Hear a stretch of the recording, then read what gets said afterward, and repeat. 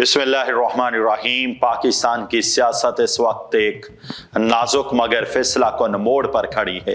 हुकूमत ने 27वीं आईनी तरमीम के नाम पर जो अमल शुरू किया है वो बज़ाहिर इस्लाहात का तासुर देता है, लेकिन दरअसल ये मुसल्लत तबकात की गिरफ्त को मजबूत करने की एक मुनज़्ज़म कोशिश है। ये कहना है अमीर जमात इस्लामी हाफिज नईमुर रहमान का। उन्होंने कहा कि ये तरमीम 26वीं तरमीम का तसलसल है और इसका मकसद अवामी नुमाइंदगी को कमज़ोर और अशराफिया के इख्तियारात को नाकाबिल शिकस्त बनाना है।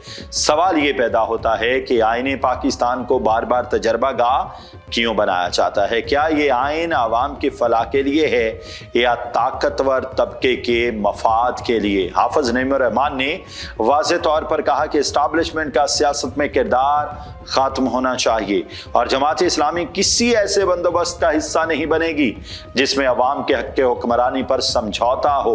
ये बात आज के पाकिस्तान में एक जुर्रतमंदाना मौक़िफ़ है, क्योंकि हकीकत यही है कि इस मुल्क में हुकूमतें बदलती हैं, चेहरे बदलते हैं, मगर फैसले वही करते हैं जिन्हें किसी वोट या अवामी तायीद की ज़रूरत नहीं होती।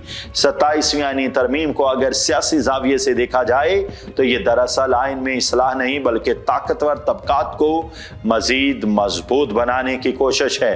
हाफिज नईम का यह कहना कि जमात इस्लामी किसी ऐसे निज़ाम का हिस्सा नहीं बनेगी, दरअसल उन करोड़ों पाकिस्तानियों की तर्जुमानी है जो हर इलेक्शन के बाद अपने वोट को बेअसर देखते हैं। अशराफिया ने इस मुल्क में ज़ाती मुफाद को कौमी मुफाद का नाम दे रखा है। यही वो निज़ाम है जो हर चंद साल बाद किसी नए नाम के साथ सामने आता है, कभी जमहूरी इस्तेहकाम के नारे के साथ, कभी कौमी मुफाहमत के उन्वान से और कभी आईनी तरमीम के पर्दे में। दरअसल ये ताकत का एक मुनज़्ज़म नेटवर्क है जिसमें सियासतदान, ब्यूरोक्रेट्स, जागीरदार और सरमायादार सब शामिल हैं जो मिलकर मुल्क के वसाइल पर काबिज हैं। उनके लिए आइन कोई मुकद्दस दस्तावेज नहीं बल्कि एक हथियार है जिसे वो अपने मुफाद के मुताबिक मोड़ सकते हैं। अफसोस की बात यह है कि जब कोई रहनुमा निज़ाम बदलने की बात करता है तो उसे गैर हकीकी या इंतहा पसंद करार देकर खामोश करा दिया जाता है। आज वक्त इस बात का मतकाजी है कि कौम इस तरमीमी अमल के पसे पर्दा असल अज़ाइम को समझे।